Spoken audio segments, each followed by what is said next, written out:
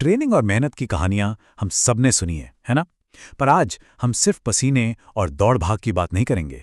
हम उस संघर्ष के जरा और गहरे उतरेंगे। समझेंगे कि ये सिर्फ शरीर को तपाना नहीं है, ये तो वो भट्टी है जहां चरित्र गढ़ा जाता है। तो चलिए इस सफर की शुरुआत इसी एक दमदार बात से करते हैं। ये लाइन हमें याद दिलाती है कि हर जीत पर तालियां बजें ये जरूरी नहीं।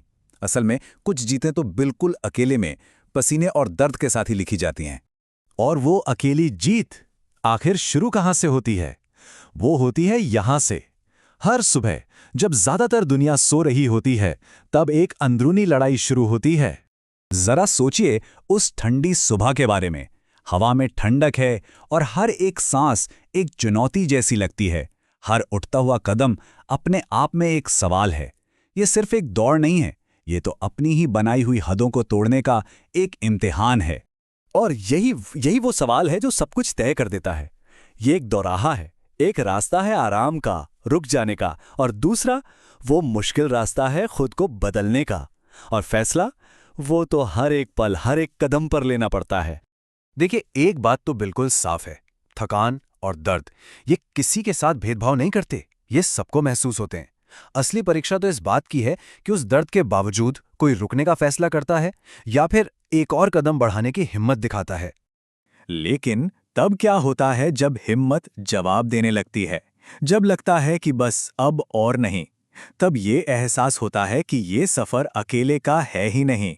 इस मैदान में कोई भी अकेला नहीं लड़ता।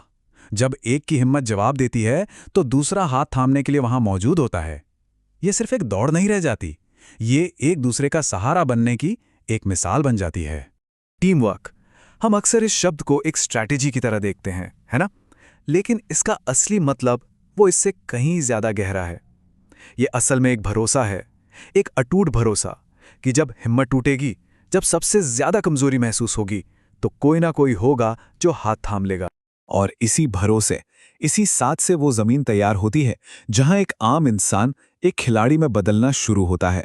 गलतियां, गुस्सा, डर, हम इन सबको अक्सर कमजोरी मानते हैं, लेकिन सच तो यह है कि यही वो कच्ची धातु है जिससे एक असली खिलाड़ी गढ़ा जाता है। इन्हीं भावनाओं का सामना करके ही तो कोई असाधारण बनता है। तो ये समझना बहुत जरूरी है कि ये सिर्फ प्रैक्टिस नहीं हो रही है, ये तो खुद को फिर से बनाने की एक प्रक्रिया है। जैसे एक मूर्तिकार पत्थर को तराशता है, ठीक वैसे ही ये लोग संघर्ष से खुद को तराश रहे हैं, एक नए और ज्यादा मजबूत व्यक्तित्व को जन्म दे रहे हैं। और इस मुश्किल प्रक्रिया का नतीजा वाकई शानदार होता है। हर बार जब ये दौड़ते हैं तो सिर्फ इनकी रफ्तार नहीं, इनका हौसला भी बढ़ता है। और हर बार जब ये गिरते हैं तो इनका संकल्प और भी पक्का हो जाता है। तो फिर इस सारी मेहनत का, इस सारे दर्द का असली मकसद क्या है? चलिए अब हम उस सवाल के जवाब तक पहुंचते हैं। हो सकता है कि मंजिल यानी कि जीत अभी भी दूर हो, लेकिन एक बहुत बड़ी जीत तो पहले ही हासिल हो चुकी है। इन सब चुनौतियों के बीच एक टीम बन चुकी है, एक ऐसा परिवार जो एक दूसरे पर भरोसा करता है।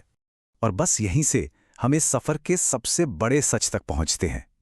ये पूरी मेहनत, ये पसीना, ये दर्द, ये सब सिर्फ शरीर को मजबूत बनाने के लिए नहीं है।